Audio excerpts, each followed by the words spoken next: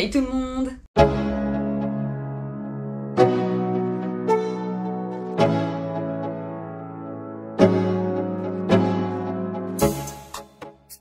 J'espère que vous allez bien. On se retrouve aujourd'hui pour un nouveau vlog rénovation. Et si vous avez l'œil, vous avez constaté que pour moi, on est le même jour, puisque à l'heure où je poste cette vidéo, je suis en vacances, donc j'ai préparé les deux intros en même temps, ce qui explique la même tête et la même tenue. Dans la vidéo d'aujourd'hui, on va refaire un rapide petit point sur les toilettes. Alors le chantier toilette dans son intégralité n'est toujours pas fini, mais il y a eu quand même de belles avancées, donc je tenais à vous faire un petit point. Et sinon, à part ça, on va surtout s'attaquer à décorer la partie qui est sous l'escalier. Pour ça, au programme, montage de meubles, enduit à la colle à carrelage, oui, encore. Et pour finir, j'ai aussi créé une petite banquette pour mes chats. Enfin, moi j'appelle ça une banquette, je sais pas du tout comment c'est censé s'appeler, mais vous allez voir, j'ai quand même pensé à eux pour leur faire un petit coin un petit peu douillet sur ce meuble, puisque de toute façon, les chats s'installent toujours sur les meubles et non pas dans leurs petits coussins. Alors tant qu'à faire, maintenant je mets des coussins sur mes meubles. Voilà, comme ça c'est un problème réglé. Comme toujours, si les vidéos vous plaisent, n'hésitez pas à liker, commenter, ça me fait super plaisir, et pensez à vous abonner si ce n'est pas encore fait et que vous aimez les vidéos de la chaîne. Et sans plus tarder, je vais pouvoir vous laisser avec les images.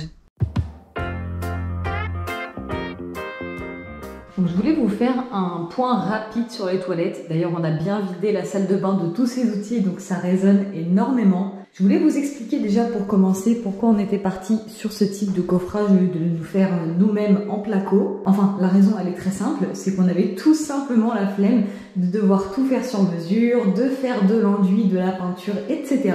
Donc on a été à la solution la plus rapide, en tout cas du moins celle qu'on pensait la plus rapide. Mais on a eu quelques petits soucis. Étant donné que quand on a été acheté, je vais appeler ça le plaquage, je sais pas vraiment comment ça s'appelle, mais en tout cas quand on a été l'acheter, on avait déjà monté le bâti et le plus gros du toilette en fait, hein, il restait plus qu'à fixer la cuvette forcément. Mais le problème c'est qu'on s'est retrouvé avec le bâti plus collé au mur que ce qui aurait dû être le cas, et du coup les planches qui étaient sur le côté ici se sont retrouvées beaucoup trop grandes. On a donc dû les couper de chaque côté. La coupe elle était vraiment pas très propre, donc là on a fait un premier joint d'acrylique, on va venir en faire un deuxième par la suite. Et histoire de ne pas faire la même erreur avec la plaque là-haut, celle-ci on a été la faire couper directement chez Casto, comme ça au moins ça a pas fait d'éclat. Parce que nous avec une scie sauteuse on en fait des éclats, je vous le garantis. En tout cas pour le moment c'est toujours pas parfait, comme vous pouvez le voir ici il y a des petits jeux. Parce que oui, regardez le décalage qu'il y a ici entre ces deux parties, et ça c'est vraiment lié au meuble comme on l'a acheté, donc on est un petit peu choqué en fait. C'est pas de la super qualité, et si c'était à refaire je pense que finalement on le ferait nous-mêmes, mais au moins maintenant c'est là, c'est terminé. On a fait aussi un joint de silicone ici tout autour de la cuvette, et comme je vous ai dit il restera plus qu'à remettre une couche par là. Et au final, même si c'est pas très propre de ce côté, c'est pas grave, puisque par la suite l'idée c'est de venir placer des étagères ici tout le long, à peu près jusque là je pense, une largeur comme ça, histoire de pouvoir avoir la place de caler du papier toilette, du sambon, enfin ce genre de petits trucs quoi. Et au moins ça viendra cacher ce bord qui est pas terrible. Ça en revanche je sais pas vraiment quand est-ce qu'on va s'y attaquer, donc ce sera probablement pas dans cette vidéo, mais je vous tiendrai au courant. Je vous propose qu'on s'attaque un peu à l'espace qui est disponible sous l'escalier. Bon là, tout au fond, il y a la box. Ça va pas bouger puisque le câble de la fibre, il est super court. En revanche, l'idée, c'était de mettre un petit meuble ici qui vienne cacher les prises. Et puis surtout, à cause de l'escalier, on ne peut pas mettre un meuble trop haut. Au final, c'est vraiment un petit fail parce que ce meuble-là, il va arriver à peu près à la moitié des prises. Mais c'est pas grave puisque au-dessus, je vais fabriquer un genre de petite assise pour les chats. On verra ça plus tard. Mais normalement ça devrait venir cacher les prises. Donc j'ai pris un meuble comme ça chez Castorama, un truc avec 3 cubes vraiment basique. En revanche je vais pas du tout le mettre à la verticale comme c'est le cas sur l'image, hein. Moi je vais le poser à l'horizontale. J'ai aussi acheté 2 petites caisses à mettre, une de chaque côté, mais ça on verra après. L'idée ça va être déjà de monter ce meuble, mais surtout je vais pas le laisser tel quel, je vais venir le recouvrir de colle à carrelage et de peinture, exactement comme je l'ai fait pour la table basse, comme ça ça va s'harmoniser pile poil avec tout le reste. Mais bon, déjà, première étape, je vais monter ce meuble. Je pense que ça va être assez rapide puisque la notice n'est pas très longue. En plus, le point positif, c'est que j'ai des étapes que perso, je vais pouvoir sauter. notamment la première puisque c'est les attaches pour pouvoir fixer le meuble au mur par la suite et ça j'en ai pas besoin. Pareil avec la dernière étape justement pour fixer ça au mur. Et il y a aussi des petites mousses qui se mettent normalement en dessous du meuble, mais moi je vais les mettre de l'autre côté puisqu'il sera posé dans l'autre sens. Enfin bref, ça devrait être assez rapide. Je vais déjà commencer par tout sortir. Le truc, c'est que les planches, elles sont épaisses et hyper lourdes. Le meuble au complet d'ailleurs pèse 15 kg, ce qui est plutôt surprenant pour un meuble aussi vide avec genre 0 porte, mais bon. Étant donné l'épaisseur des planches, je comprends un peu mieux. Vous voyez, moi, c'est ces trucs-là dont je ne vais pas avoir besoin puisque je n'accroche pas le meuble au mur. Donc ça, c'était l'étape 1. Et les petites mousses qu'on a juste là, moi, je vais les coller dans l'autre sens.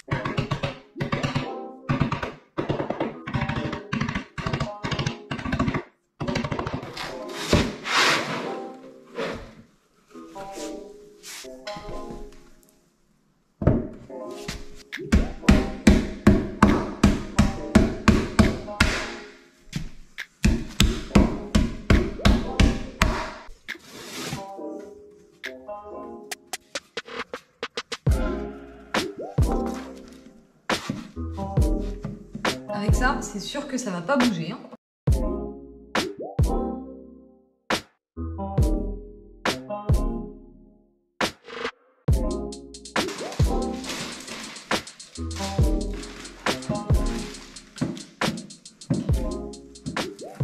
Normalement, j'ai des caches pour mettre ici et pour mettre dans les trous, mais moi, je vais pas les mettre puisque vu que je vais recouvrir tout ça de colle à carrelage, en fait, ça va être bouché avec la colle, donc ça sert à rien. Quand j'aurai fini d'enduire le meuble entièrement, par contre, je vais quand même venir mettre les petits patins comme ça en dessous, histoire que ça frotte pas par terre. Voilà ce qu'il donne déjà pour l'instant avant l'enduit. Alors forcément, il faut faire abstraction des vis qui sont pour le moment toujours visibles. Quand on se baisse et qu'on regarde comme ça à l'intérieur, bon, déjà là, il y a le truc de la box pour le moment, mais dans les deux cubes qui sont sur les extrémités, il va y avoir des paniers, donc ça va venir cacher tout ça.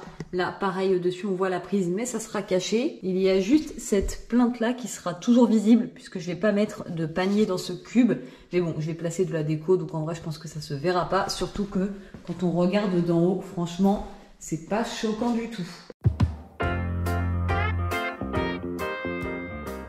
Et c'est parti pour la première passe d'enduit. Je procède exactement comme je l'avais fait pour la table basse. Le tout, c'est pas de faire quelque chose de régulier, justement, c'est d'avoir des beaux effets. Bon, j'ai oublié de poncer rapidement, du coup c'est un fail, puisque la colle à carrelage n'adhère pas du tout. Donc je vais venir poncer vite fait avant de continuer.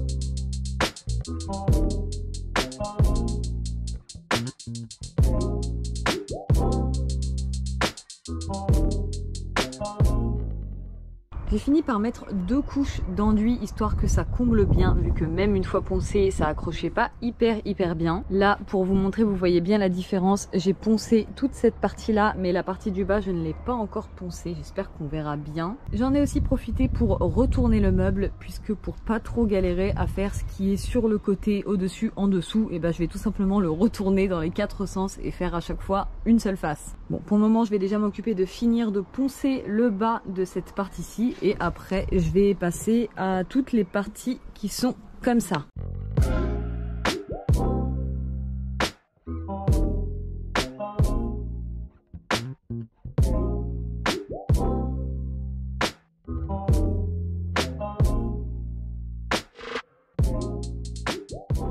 Pour placer sur ce meuble, j'ai eu envie de faire une banquette pour mes chats et en fait ça ce sont que des choses qui étaient destinées à aller à la poubelle. Ça c'était une planche qui était derrière un miroir qui a cassé il y a bien des années de ça et au lieu de jeter la planche on l'a gardée et ça va me servir de support. Le bois il est compact, c'est hyper lourd. Ici on a 2 très vieux coussins dont je ne savais absolument pas quoi faire. Je les ai passés au lave-linge et non seulement ça a ouvert toutes les coutures, donc ils sont clairement à moitié déchirés. Non, celui-là ça va, l'autre c'est pire. Mais en plus, tout le rembourrage qui est à l'intérieur a bouloché. Donc franchement, ils sont vraiment morts. À la base, je comptais les jeter.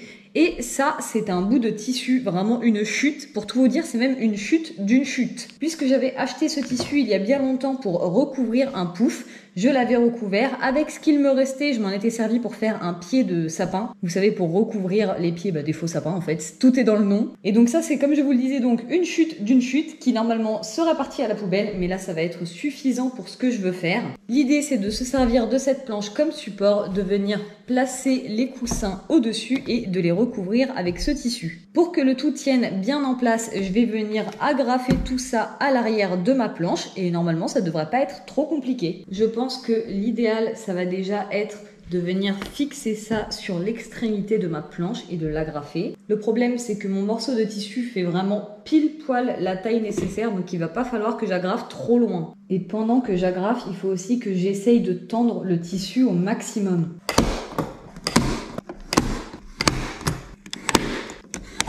Le problème, c'est que j'avais pas assez tiré mon tissu sur les deux premières, donc je pense que je vais les enlever et je vais essayer de tendre ça beaucoup mieux. Là, je vais venir renfoncer un petit peu mes agrafes puisqu'elles ressortent pas mal.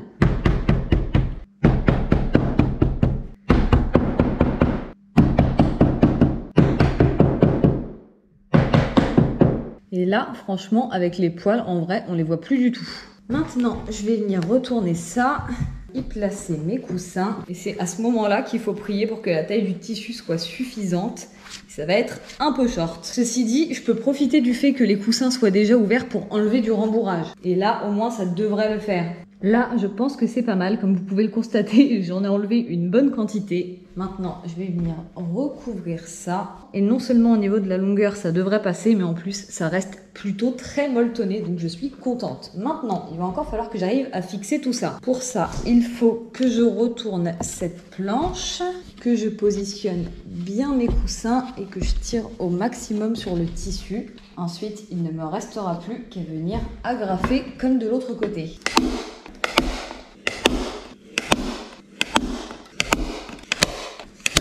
Comme de l'autre côté, je viens renfoncer les agrafes.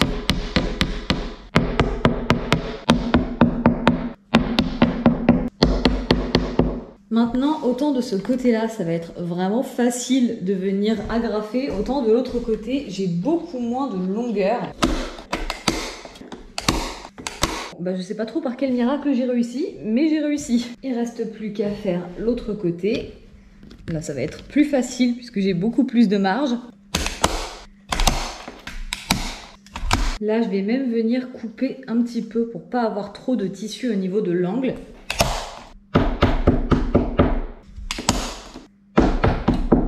Ça va peut-être me gêner en dessous aussi, donc je vais possiblement le couper. Je vais déjà voir ce que ça donne. Et franchement, ça a l'air pas mal, hein. Bon, après, le tissu est bien tendu, donc c'est pas aussi mou que ce que j'aurais aimé, mais en vrai, c'est déjà pas mal. Et je pense surtout qu'avec le temps, ça va se détendre un petit peu. Là, disons que c'est pas mou comme un coussin, mais je dirais que c'est à peu près comme un canapé un peu ferme ou comme un matelas ferme aussi. Donc, ça restera très très bien pour mes chats. Effectivement, ça dépasse ici. Donc déjà, je vais remettre une agrafe et surtout, je vais venir couper un peu ce tissu.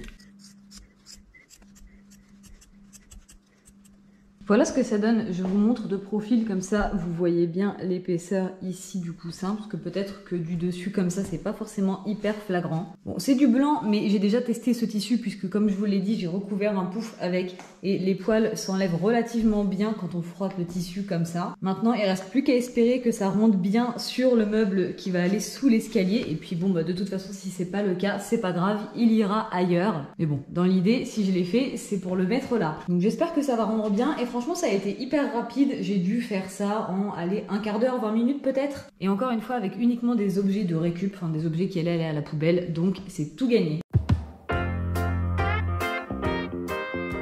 Voilà à quoi ressemble le meuble une fois que l'enduit est terminé. Alors en vrai, ça m'a pris une masse de temps, puisque sur chaque face, j'ai passé 2 couches d'enduit en ponçant évidemment entre deux.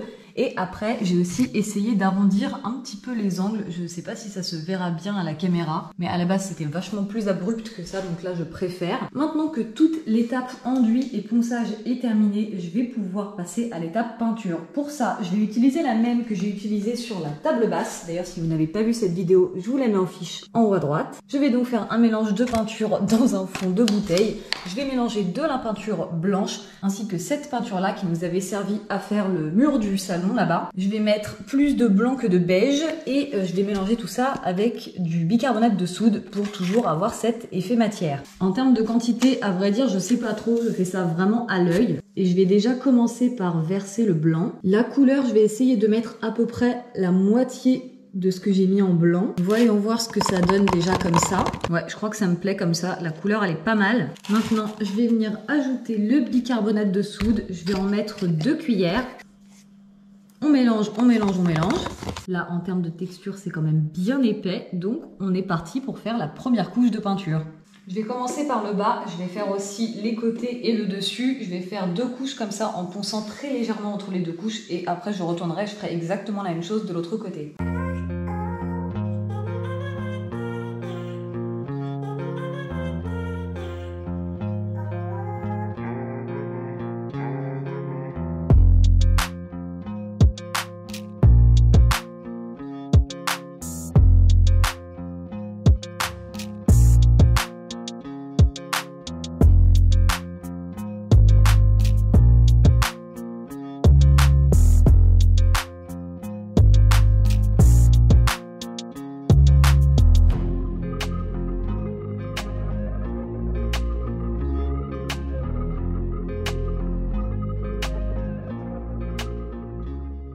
Bon, la caméra avait coupé, mais j'ai fini de faire 2 couches sur l'envers et aussi sur les côtés intérieurs. Là, il me reste à faire le dessus, ces 3 parties-ci et les 2 côtés là. Et après, ça sera terminé.